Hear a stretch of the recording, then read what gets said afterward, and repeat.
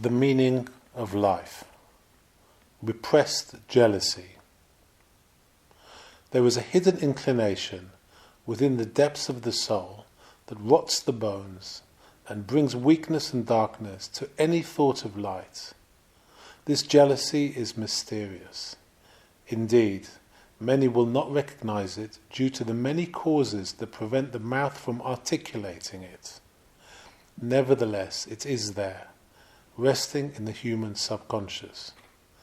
This jealousy will sometimes express itself in various ways outside of its true form, just as any jealousy may clothe itself under a foreign name. We are jealous of God's perfection. The mysterious jealousy is the jealousy of God. Humans are jealous of God's endless happiness and perfection.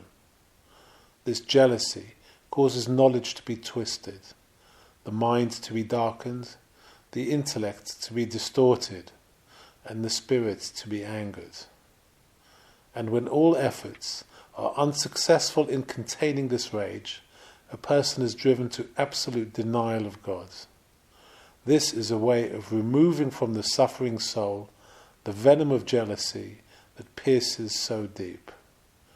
There is no solution for this jealousy other than a clearer, more enlightened understanding of God. Curing the sickness. When the sickness of jealousy is removed, all its negative consequences, including the empty atheism that our generation is crippled with, will be removed. The specific path to removing this sickness can be broken up into two main parts: intellectual purification and ethical enlightenment. First path, intellectual purification. The path of intellectual purification explains that the distinction between God and the world is entirely dependent on one's knowledge, perception, and way of life. The more one's perception is elevated, the closer humans and the world come to the greatness of God. When one's perception reaches its peak, one begins to understand that all is actually within God, and all the details of the universe are mere manifestations of the divine, expressed in different forms in front of our eyes. Consequently, God's happiness is in truth everyone's happiness. This happiness continues to spread to the extent that one's knowledge of God is clarified. This is the great secret pleasure that comes from understanding God. A person begins to sense the divine happiness, perfection that is full of joy and power. There is no longer any room for jealousy. Second path, ethical enlightenment. The second path is of ethical enlightenment, which explains that godly perfection is dependent on the attribute of freely chosen righteousness.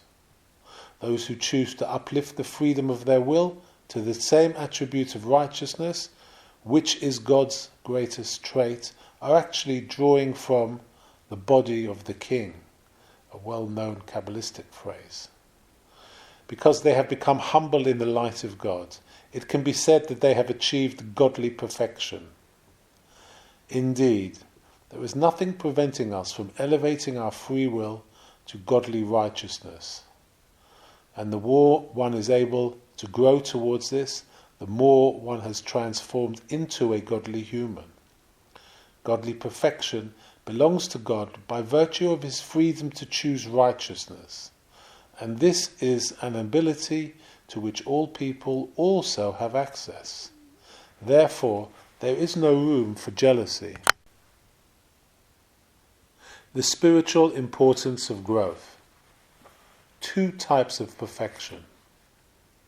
From our perspective, we understand two categories of absolute godly perfection.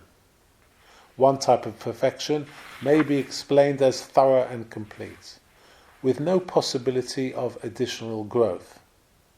However, the absence of potential for growth is itself an imperfection. Certainly, progress and development possess certain benefits and advantages to which we aspire. It cannot be possible that godly perfection would be lacking this value of growth. We must therefore conclude that God also has the ability to grow and become actualized in infinite measure.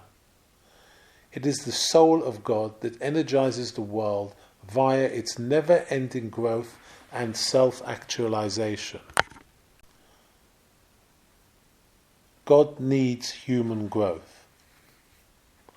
From that which has been revealed to us, we know that God's secret purpose for the universe is eternal growth and development.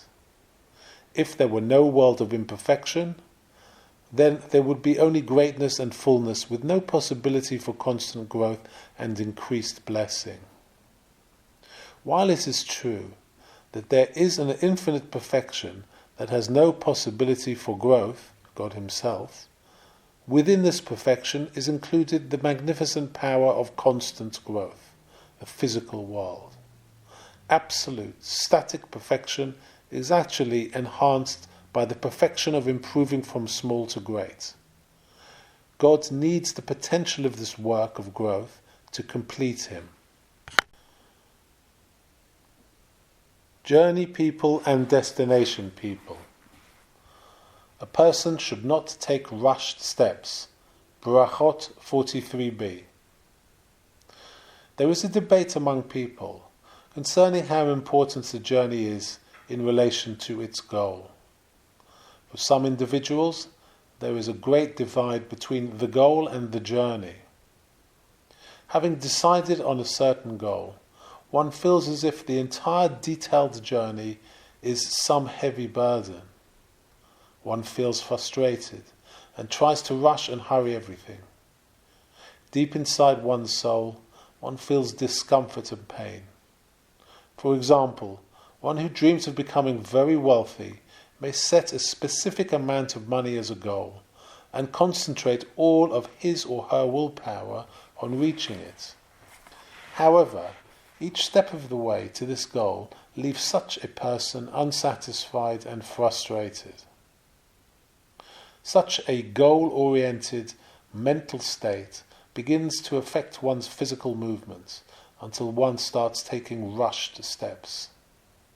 All of one's steps are simply an effort to remove the frustrating requirement of the journey. A wise person understands that each and every step has the profound effect of bringing one to a greater level of perfection. This person knows that the very journey of reaching perfection should be valued and treasured. One who thinks this way will find the constant satisfaction and peace of mind in each and every step. This is the meaning of, in all of your ways know Him. Mishlei 3 verse 6. A consequence of this state of mind is that even one's physical movements become relaxed and unrushed.